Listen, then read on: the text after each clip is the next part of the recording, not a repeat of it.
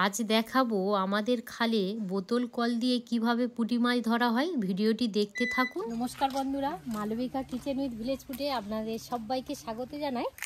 আমাদের গ্রামে আর কি প্রচণ্ড হারে পুঁটি মাছ হয়েছে। বোতল কল করলে কেমন হয়, তো দিদিদের বাড়ির কাছেই আর কি খাল আছে, তো সেই খালের কাছেই চলে যাচ্ছি। দিদিও বাড়ির কাছেই আছে, ওখানে গিয়ে ডাইরেক্ট দেখা হচ্ছে। দেখুন কত সুন্দর খালের মধ্যে হাঁস চড়ছে আর চারিদিকে গাছপালা সবুজে সবুজে ভরা।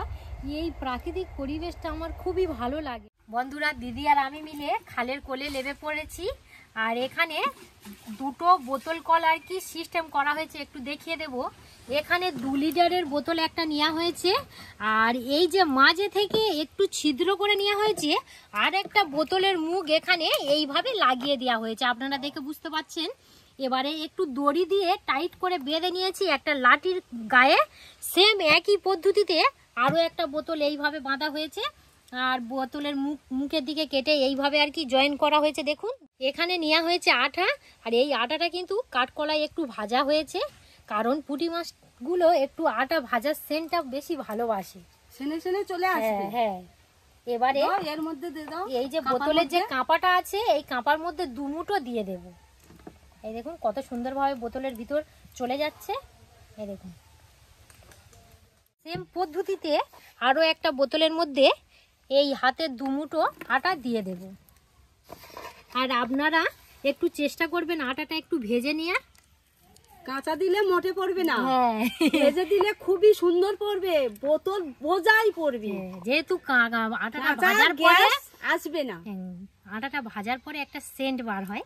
এবারে জলটা দেওয়ার আগে এই বোতলের ছিপিটা অবশ্যই করে এই বোতলের মুখে এইভাবে অ্যাটাচ করে দিতে হবে। এটা দেবে ভালো করে। হ্যাঁ, 2টো বোতলের মুখ ভালোভাবে এঁটে দিয়েছি, আর এখানে নিয়েছি জল, খালেরই জল। এবারে এই কাঁপার মাধ্যমে অল্প করে দিয়ে প্রথমত একটু নেড়ে দিতে হবে। আমি আর একটা কাঁপার মধ্যে দিয়ে দিই, বোতলটা এইভাবে একটু নেড়ে দিতে হবে। এখানে কিন্তু জল শেষ নয়, আরো একটু জল লাগবে, ওটা বোঝাই করে দিতে হবে গো। হ্যাঁ, এবারে বোতলটা ভরে নেব। দিদি একটু ধরো, দাও।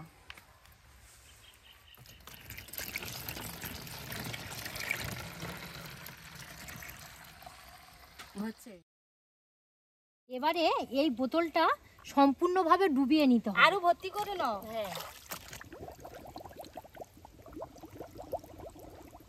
দেখো ডুবে গেছে দিদি তোমার? হ্যাঁ, আমারও ডুবে গেছে। এই দেখুন এই রকমই থাকবে পুরোটা। আরে এই যে 2 লিটারের বোতলে এমন ভাবে পাঁকের মধ্যে গাড়বেন এতটা অংশ যাতে গেড়ে থাকে, শুধু জাস্ট এইটুকুনি ভেসে থাকে। আমি কাছে দেবো, আমি এইখানেই দিচ্ছি। আমি কাছে দেবো আর দিদি একটু দূরে দেবে। এটা একটু চাপ দিয়ে করলেই হয়ে যাবে। ব্যাস, এই দেখুন। আর একটু গেড়ে দিতে হয় না দিদি? হ্যাঁ, আর একটু গেড়ে দাও। ব্যাস, এই দেখুন মুখটা কিন্তু নিচের দিকে দিতে হবে, আর বোতলের পিছনটা একটু উপরের দিকে উঠে থাকবে। ওই তো উঠে আছে, একটা দূরে দেওয়া হয়েছে আর একটা কাছে দেওয়া হয়েছে। এবারে আমরা 2 থেকে 2.5 ঘন্টা অপেক্ষা করব, তারপর আবার আপনাদের সঙ্গে দেখা হচ্ছে। এর মধ্যে বোতলটা পেতে দিয়েছিলাম, প্রায় 2 থেকে 2.5 ঘন্টা হয়ে গেছে। হ্যাঁ হ্যাঁ, 2.5 ঘন্টা হয়ে আর আমরা কিন্তু দিদির বাড়িতেই ছিলাম এতক্ষণ, আর কাছাকাছি আর কি বোতলটা দেওয়া হয়েছিল, আপনারা তো দেখেছেন। এবারে আমি আর দিদি মিলে তুলে দেখবো বোতলের মধ্যে আর কি আদৌ পুঁটি মাছ পড়েছে কিনা। দিদি বলো। তুমি একটা তোলো, আমি একটা তুলি। তুমি একটা তোলো। তুমি ওই দূরেরটা তোলো, আমি দূরেরটা তুলি, তুমি এইটা তোলো। হ্যাঁ হ্যাঁ, হাতে চেপে তুলবে। আচ্ছা দেখো দিদি, দিদি আগে তুলে নাও। আমি আগে তুলে নিচ্ছি, তুমি তুলবে তারপরে, জানো।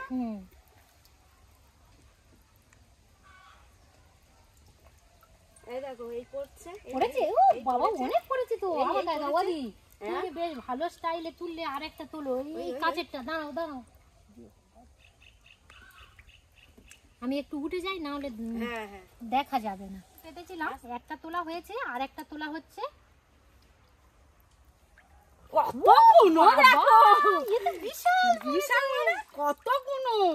অনেক পড়েছে, অনেক পড়েছে, দেখেছো? এটা একটু মনে হয় কম পড়েছে। হ্যাঁ, কম পড়েছে। এটা কি কাছে দেওয়ার ফলে বেশি পড়েছে? কাছে দেওয়া হয়েছে তো। চলো দি ডাঙায় উঠে যাই। চলো চলো জামাই, চলো।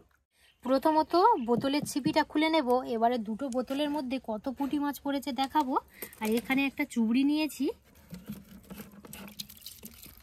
দেখে পালাই না।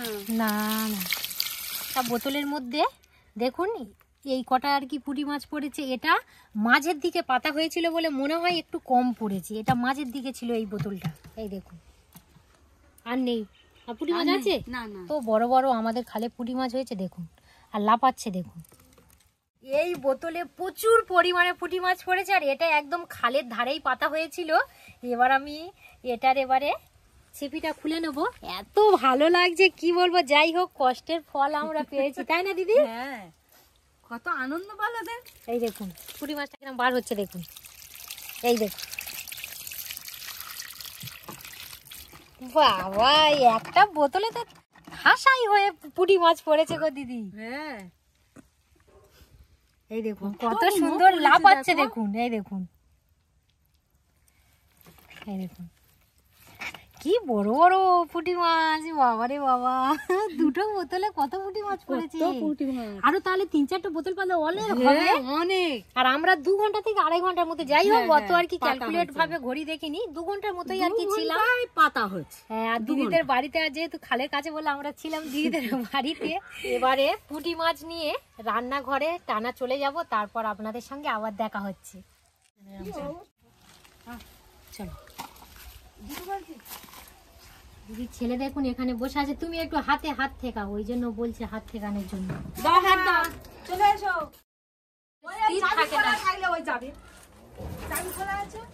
দিদির ছেলে প্রতিবন্ধী, দেখলে সত্যি কথা বলতে খুবই কষ্ট লাগে। মাছ নিয়ে আমি আর দিদি পুকুরের ধারে চলে এসেছি, পুঁটি মাছটা কুটে নিচ্ছি। আর পুঁটি মাছ কোটা আপনারা জানেন, প্রথমত কানকো ফেলে তারপরে এইভাবে টিপে নিলেই খুব সুন্দরভাবে ভিতর থেকে ফোঁটা বেরিয়ে যাবে। তারপরে এই লেজটা কেটে দেবেন, আর এদিকে আছে পাগনা ছোট মতো। এই পুঁটি মাছ কুটে তারপরে ওগরে কিন্তু এই গার আঁশটা তুলতে হয়। মাছটা টিপে নিচ্ছি, দেখো একেবারে একসাথে ঘষেও নেওয়া হচ্ছে। ভালো করে কুটে ধুয়ে নিয়ে এসেছি। আমি একদম অন্য রকমের রেসিপি আপনাদের সঙ্গে শেয়ার করব, পুঁটি মাছ দিয়ে পাতিলেবুর টক। আপনারা শুধু দেখতে থাকুন, একদমই অন্যরকমই হবে। কড়ার মধ্যে সাদা তেল দিয়ে দেব, পুঁটি মাছের মধ্যে হলুদের গুঁড়ো, পরিমাণ মতো লবণ দিয়ে দেব, দিয়ে ভালো করে এভাবে হাত দিয়ে মাখিয়ে নেব। তেলের মধ্যে মাছ দিয়ে দেবো, আর পুঁটি মাছটা একটু ভাজবি ফাঁকা তেলে, খেতে ভালো লাগবে।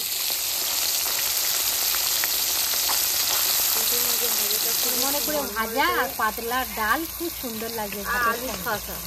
আলু ভাতে যদি আলু ভাতে ভেজে নিয়েছি, এবারে উল্টে দেব। এইভাবে এক পিঠ লাল হলে তবে একটু উল্টে দেবেন।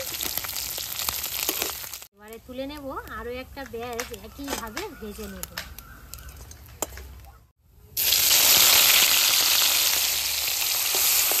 ওদিকে মাছ ভাজা হচ্ছে, সেই সময়ে পাতিলেবু নিয়েছি, এইভাবে কেটে নিয়ে পাতিলেবুর রসটা বার করে নেব।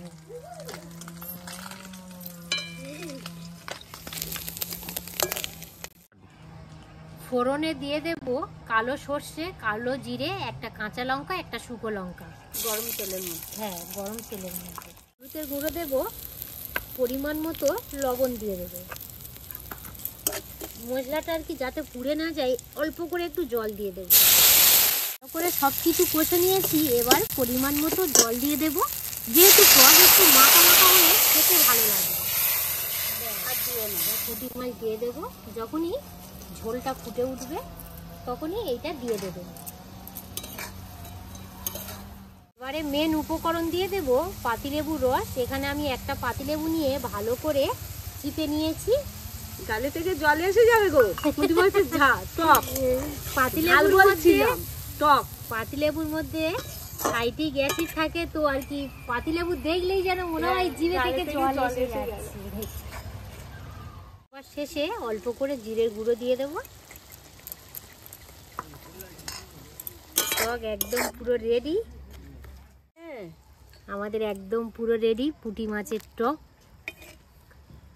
কত সুন্দর হয়েছে বলো। গরম গরম পুঁটি মাছের টক খাওয়া শুরু করো। আরো ভাত হলে একটু জমে যেত, তাই না? জমে যেত। সন্ধ্যা হয়ে এসছে বন্ধুরা, সেই সকাল থেকেই আর কি বোতল কলে পাতা, তারপরে পুঁটি মাছ কুটতে একটু দেরি হয়। আর একটা কথা বলি, মানে এটা আমি আপনাদের সঙ্গে শেয়ার করলাম যে আমাদের গ্রামে খালে থেকে কিভাবে আমরা বোতল কল দিয়ে পুঁটি মাছ ধরি, আর সেই ভিডিওটা আপনাদের সঙ্গেই আর কি শেয়ার করলাম। কেমন লাগলো অবশ্যই কিন্তু কমেন্ট করে জানাবেন। খুবই সুন্দর হয়েছে গোটক। এত সুন্দর হয়েছে কিছু বলার নেই। ভাত দা হলে ফাটাফাটি, গরম গরম খেতে খুবই ভালো লাগে, খুবই সুন্দর লেগেছে। গরম গরম বন্ধুরা পাতিলেবু দিয়ে এইভাবে টকটা বানিয়ে দেখবেন, অপূর্ব খেতে লাগবে। কত সুন্দর হয়েছে দেখেছো? যে পদ্ধতিতে বোতল দিয়ে পুঁটি মাছ ধরলাম, আপনাদের বাড়ির কাছে খাল, পুকুর, চৌকো যাই থাকুক না কেন, এই পদ্ধতিতে ফলো করবেন, খুব সুন্দরভাবে পুঁটি মাছ পাবেন। এই পর্বটা এখানেই শেষ করলাম। এতক্ষণ আমাদের সঙ্গে থাকার জন্য আপনাদেরকে অসংখ্য অসংখ্য ধন্যবাদ জানাই।